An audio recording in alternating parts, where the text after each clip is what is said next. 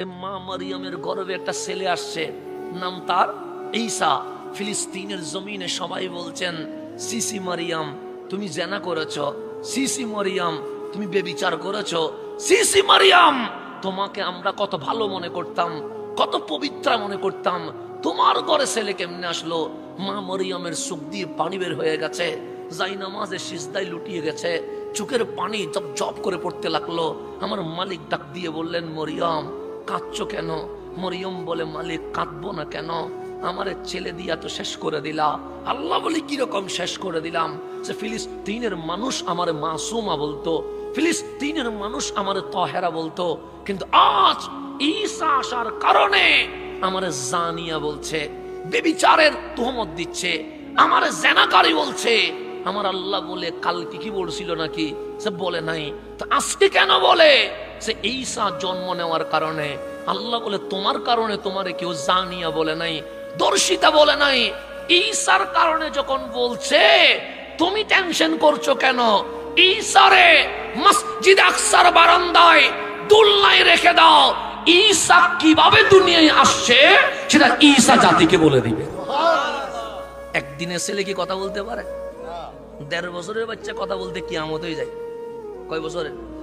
২ বছরের বাচ্চা তুতলায়, ৩ বছরের বাচ্চা ৩ লাইন বলতে গেলে ৫ মিনিট লাগে, আর উনি হইছে একদিনও হয় নাই।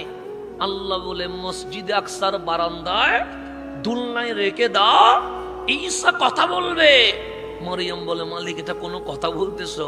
মালিক বলে, কেন? সে ঈসা কেমনে কথা বলবে?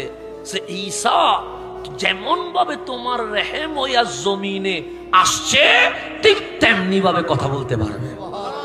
মা মারিয়াম নামাজ শেষ করে ঈসা রুহুল্লাহকে ফিলিস্তিনের মসজিদে আকসার বারান্দায় রেখে দিয়েছে। ফিলিস্তিনের মানুষ জড়ো হয়েছে, সবাই বললেন, সিসি মারিয়াম। মারিয়াম বলে, আমারে কেন সিসি বলছো? সিসি না বলে কি বলবো? তোমার তো গতকালও আমরা তাহেরা বলেছি, মাসুমা বলেছি, পবিত্রা বলেছি, নিষ্পাপ বলেছি। তুমি যদি পাপ না করো, এই ছেলে হইল কেমনে? তখন মরিয়ম বলে, ছেলের কারণে আমারে জানিয়া বলছো, ছেলের কারণে আমারে বেবিচারে তোহমত দিচ্ছ, তা আমারে কেন বলছো? ঈসারে জিজ্ঞেস করো, ঈসা জমিনে কেমনে আসছে? ফিলিস্তিনের মানুষ অবাক হয়ে বললেন, একদিনের বাচ্চা কেমনে কথা বলবে? ২ বছর ওয়াইট করি না, ২ বছর ওয়াইট করার দরকার নাই, আজকে কথা বলবে। তোমরা জিজ্ঞেস করো।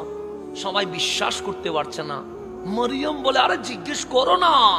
তখন ফিলিস্তিনের মানুষ দুলনায় এসে বললেন, ঈসা আসলা কেমনে?